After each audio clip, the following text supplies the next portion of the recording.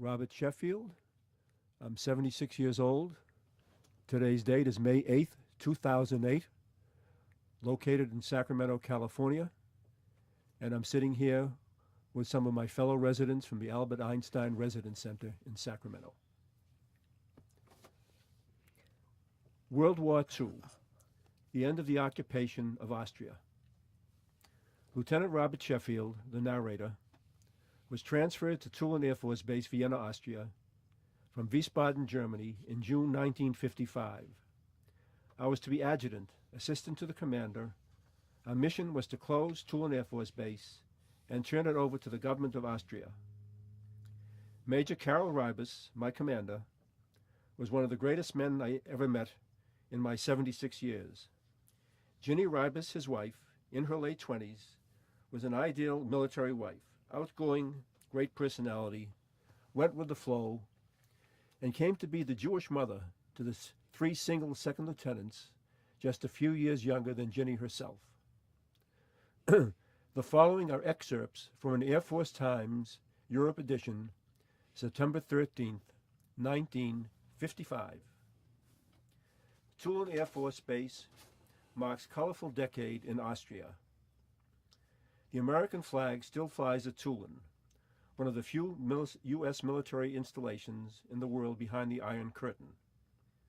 On October 25th, the date set by the Moscow Treaty as a deadline for the departure of all occupational troops from Austrian soil, Tulen's flag will be lowered for the last time.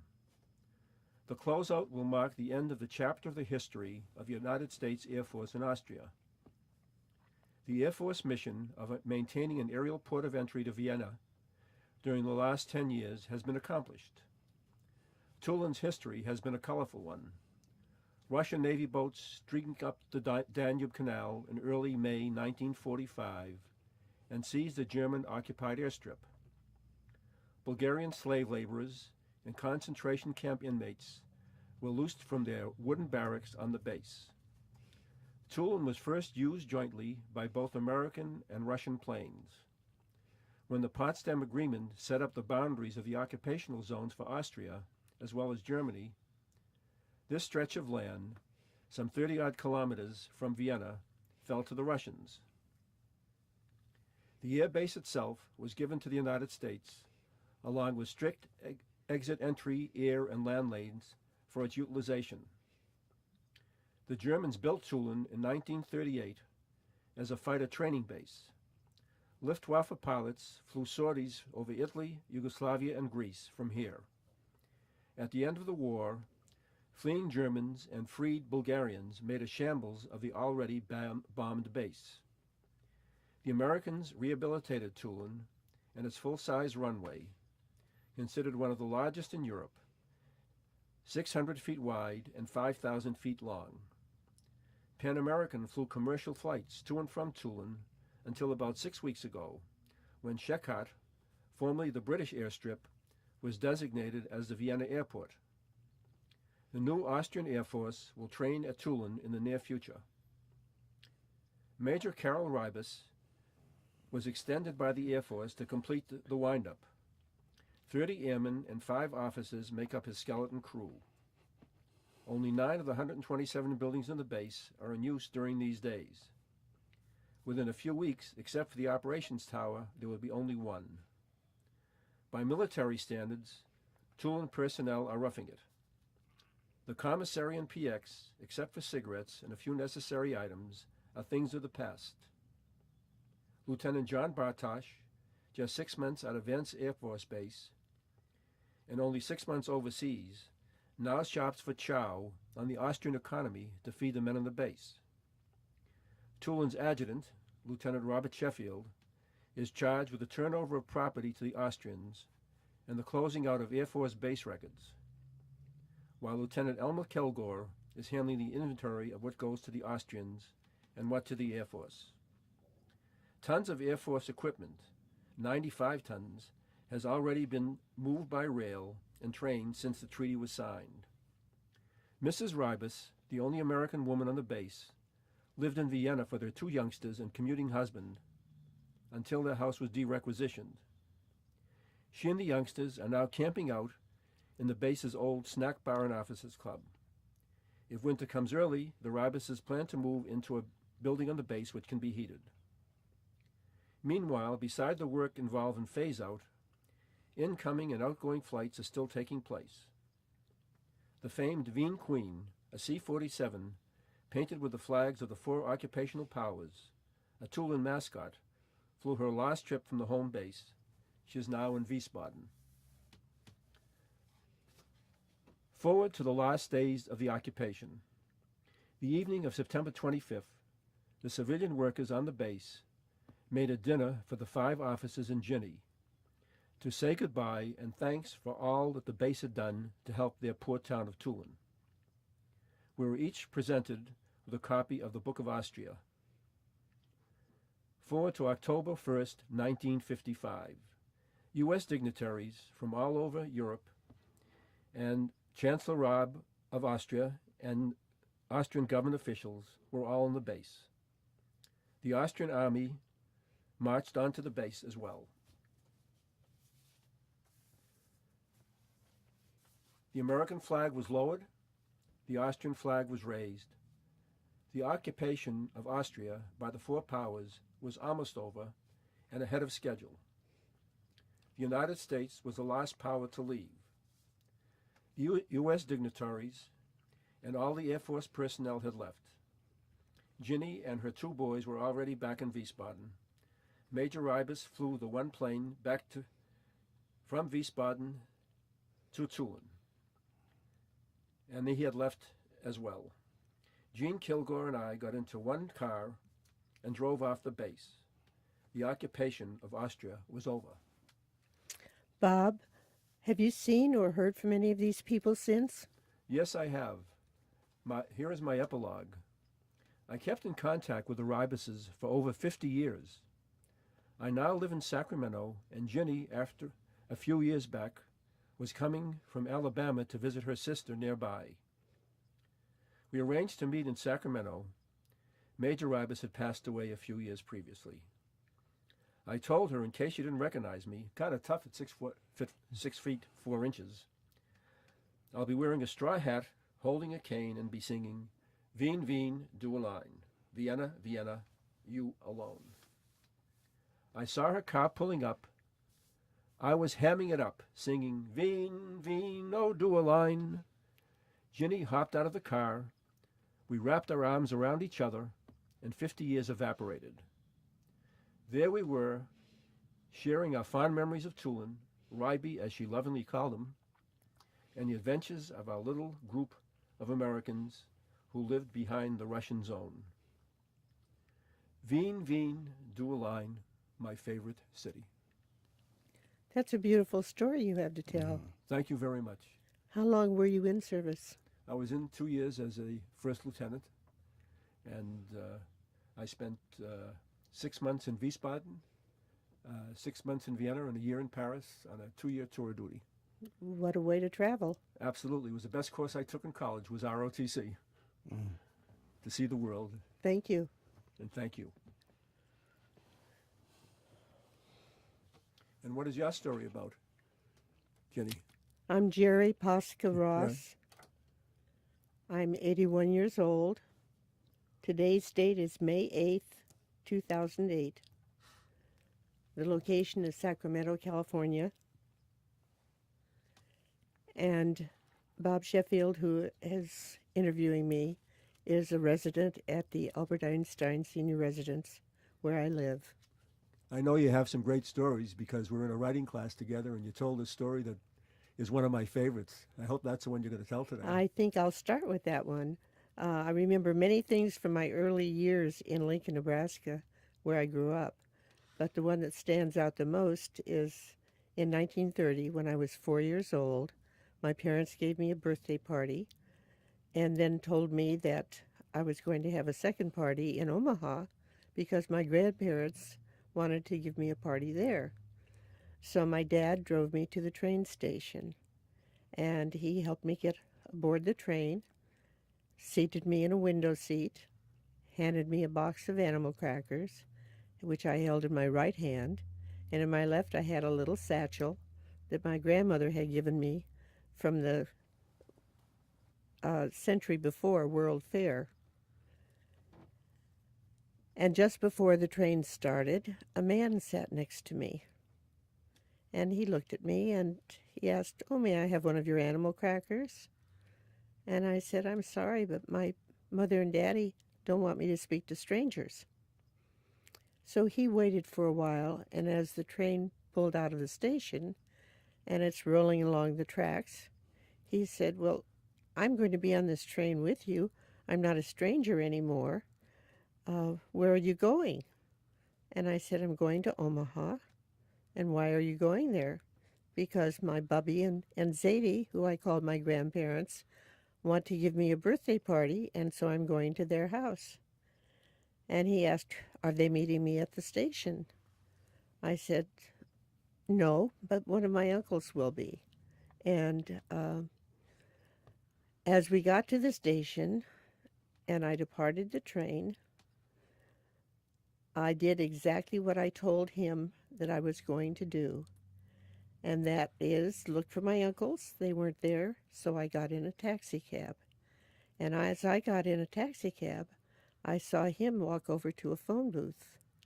Well, I found out later that he called in his story to the local newspaper editor. And I took the taxi cab to my grandparents' house, 2417 Charles in Omaha, California. Oh, Omaha, Nebraska. And my grandma paid for the cab. And the next day we saw the articles in the newspaper about this little girl traveling on the train by herself. Well, from then on, I used the train a lot. In 1933, my mother took me to Chicago by train, where we went to the Century of Progress. And I remember one of the things that happened there at the Century of Progress was a parade for children. And my cousin, who we were staying with, who was a year older than I, was dressed as Tilly the Toiler. Her mother made this glamorous little outfit for her, and she was in the parade. And my mother said, "Gerry, just walk alongside the parade, and we'll meet you at the end." And she and my cousin's mother walked their own way. Well, we got to the end of the parade, and my cousin won a prize for Tilly the Toiler, and I won a prize for Little Annie Rooney, and I wasn't even in the parade. In 1937, my mother, my grandmother, my sister, and I went to California to spend over a month in Los Angeles and then up to San Francisco. And all of these were by train, which we really enjoyed doing. In 1938, I took the train to Kansas City to a convention of an organization that I belonged to. In 1939, my mother, my grandfather, my sister, and I went to New York, where we met other members of the family, to the New York World's Fair. And after spending a month in New York City, we went on to Canada, again by train. In 1940, I took the first Zephyr from Lincoln to Chicago. And in 1943, the train again to Chicago, to Northwestern University, where I had won a journalism scholarship. In 1944, when I graduated from high school, I left Los Angeles again by train. I left Lincoln by train to go to Los Angeles and then on to UCLA. So again, my pattern of following with the train continued. In 2004, I traveled from California to Lincoln for my 60th high school reunion, because that was the way I went out to California. That's the way I wanted to go back to Lincoln, and enjoyed every minute of it. But in 2007, after I had moved to Sacramento from Los Angeles, I moved into the Albert Einstein Senior Center, and lo and behold, right around the corner from my apartment was Marilyn Drew Mendelson, who is the girl who I met when I stayed at her home when I went to Kansas City by train in 1938. I traveled in the mid-40s by plane. My first flight was on a B-24. The seats were all facing the inside, all around the outside, like they do for parachutes, I guess. But this is how the USO took us to various USO shows when I was a dancer. But I never did really adapt to a plane the way I did to trains and to boats. When we were in Chicago so often, we traveled by boat across Lake Michigan to Benton Harbor or St. Joe, where we had relatives. I went by boat from Los Angeles to Avalon, Catalina, when I was in LA. When we went to New York, we returned from that trip after coming back from Canada to Buffalo, New York. We returned by boat, going across the Great Lakes to Chicago. Most of these happened in the 30s. During that time when I was a teacher and a principal and a mother raising my children, I really yearned to go places but didn't have the chance. But in the 70s, I took the Kelpie, which was a green wooden sailboat, from Newport Beach with a group from UCLA alumni, and we went to Catalina. We sailed to Catalina. We spent the weekend, and we sailed back. Well, I began getting this wanderlust. So I started a group called Gerry's Travel Notes with musical notes. And this tour company went to jazz festivals, jazz events, or to visit jazz people. We started out with my first one being a simple van trip from Sacramento to Three Rivers, California, which is near Sequoia, where they had a wonderful little jazz festival. Then we began jazz cruises. On some of the cruises, we had people like Cab Calloway, Dizzy Gillespie, Woody Herman and his Thundering Herd band, Rex Allen and his big band, and many of them were cruises in different parts of the Caribbean or going to and from Hawaii. But besides the cruises, we took tours to countries where we knew jazz bands, musicians who had been to Sacramento to the Jazz Jubilee, which is one of the greatest jubilees there is. We have over 100 bands every year on Memorial Day weekend in Sacramento. And at one time we had many foreign bands coming. So when we took tours to places like Russia, we traveled around Russia, but when we got to St. Petersburg, we had the Leningrad Jazz Band, who we knew quite well, and they entertained us at a jazz club that they had and invited us for dinner. And we spent many times with them during the trip there, visiting places we wouldn't have seen otherwise, just on our tour.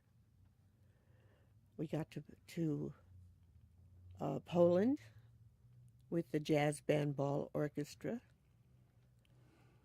who again we knew quite well. Many of us belonged to their fan club in Sacramento. And they too, one of the years that we went to visit them, they told our bus driver where to drive us to a certain club. And as we walked in, all of the front row seats were marked Reserved USA. We went on to places like Hungary and Yugoslavia, where we knew the bands there too, and going through other parts of Europe where we knew individual musicians. Twice I took groups to Guatemala where we knew the band Paco Gatsby, and they put on quite a show for us and traveled around Guatemala with us. It was like an old homecoming for them because for many years, beginning in 1986, I believe, I gave concerts in Sacramento prior to the Jazz Jubilee for my synagogue or temple, and we did them as a fundraiser, but Paco Gatsby has appeared more than any other at my concerts. We also went to Israel, and originally, the first time that I was in Israel, I found the Israeli band, the Jerusalem Jazz Band, which was called Pargod the first time because they performed at a Pargod theater. And after that, they changed the name to the Jerusalem Jazz Band. And when they came to Sacramento, they said, our style of music is a little bit different. We call it Jewish Freilach or Jazz Freilach. And they were very popular. All of these bands that we became close to were really outstanding bands and invited back several times. Back to the jazz cruises, not only did I meet a friend from a train trip, but friends on the SS Norway. On one of the last cruises, friends from my past were there, Maxine Sullivan, who was a great vocalist, and Mel Torme, who was also a great vocalist. And so we renewed old friendships, and we had lunch together. And now I miss my travels. Okay.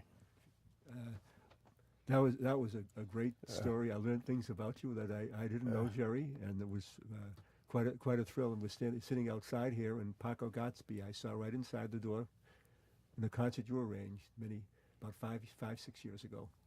That's how the world turns here. Dave? Okay. This is Dave Katz. Okay. And, my name is David Katz, and I was born in August 25th, 1920. And I was born in a small town in the Carpathian Mountains. That was part of Czechoslovakia then.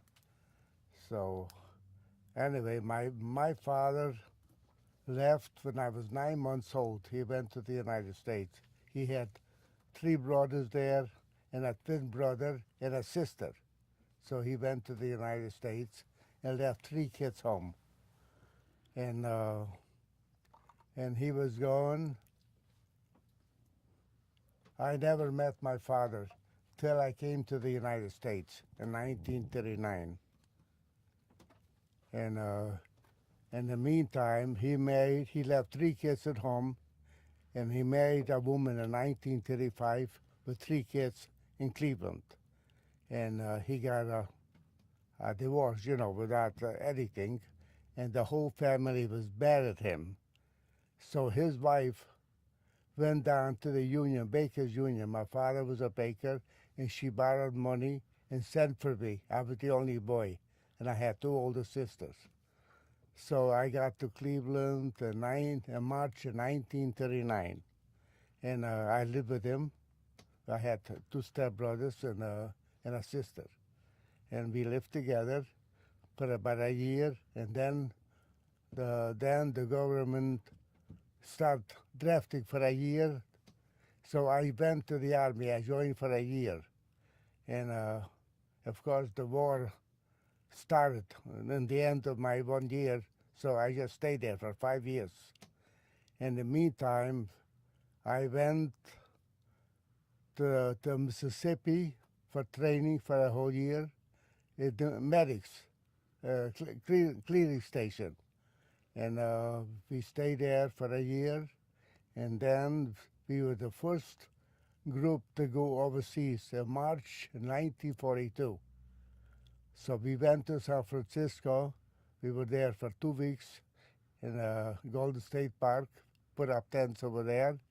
And we went to see to the Cow Palace, Nelson Eddy and Jeanette MacDonald. That was the first USO show, they put on there. And we left overseas. We stopped in New Zealand, in Australia, and we wound up in the Fiji Islands.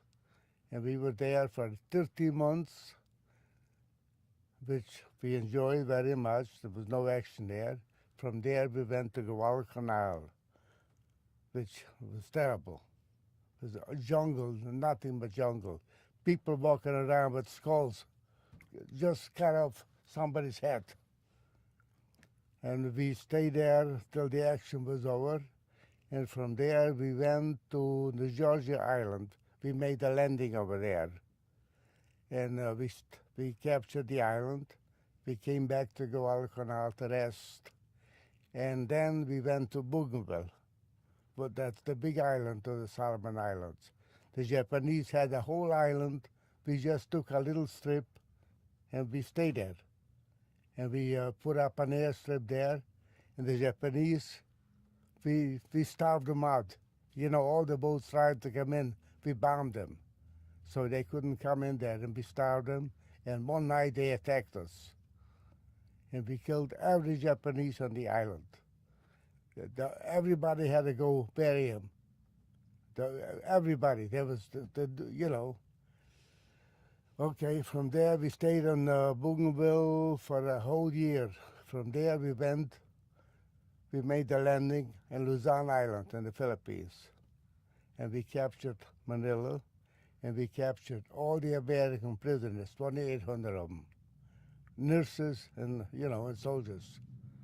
And we stayed there for about 3 months, and then the war was almost over in Europe, so an order came in to the headquarters, who can speak Russian? So I put my hand up. I forgot all about it. And as soon as the war was over in Europe, they called me in. In 4 hours, we're going to fly you home. Get ready. So I came in. I had a nice 4-week vacation in Cleveland. And from there, I went to Camp Ritchie, Camp David now. Over there, they had 800 soldiers, but they all spoke different languages from all over the world. And they had 10,000 VACs over there. So you can imagine what was going on there.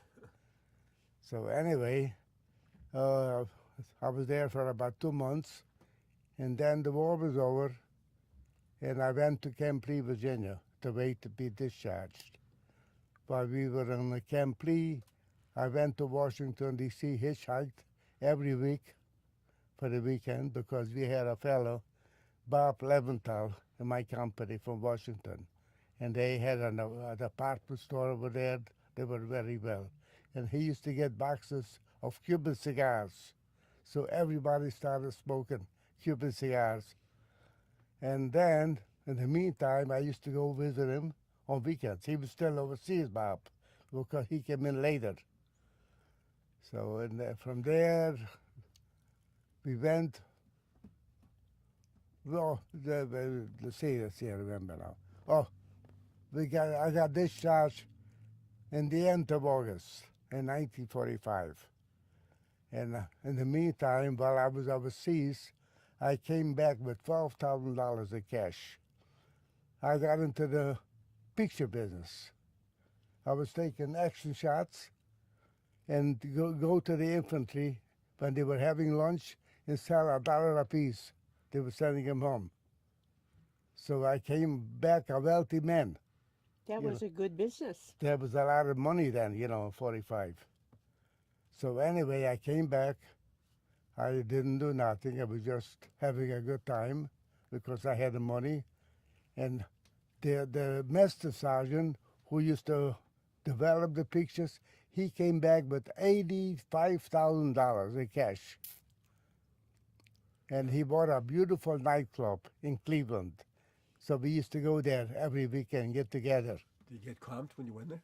Oh, yes. Oh, he had beautiful girls, show girls there. And, okay. So, all right. And then I didn't go to work. I got discharged in August. I didn't go to work till January, just having a good time. And then my sister-in-law married her brother, and she fixed us up to go babysitting. They had a little boy. So we went to babysit on one Saturday night, and I proposed to her the first night I met my wife. That didn't take long. And then we lived ever after. Okay. All right?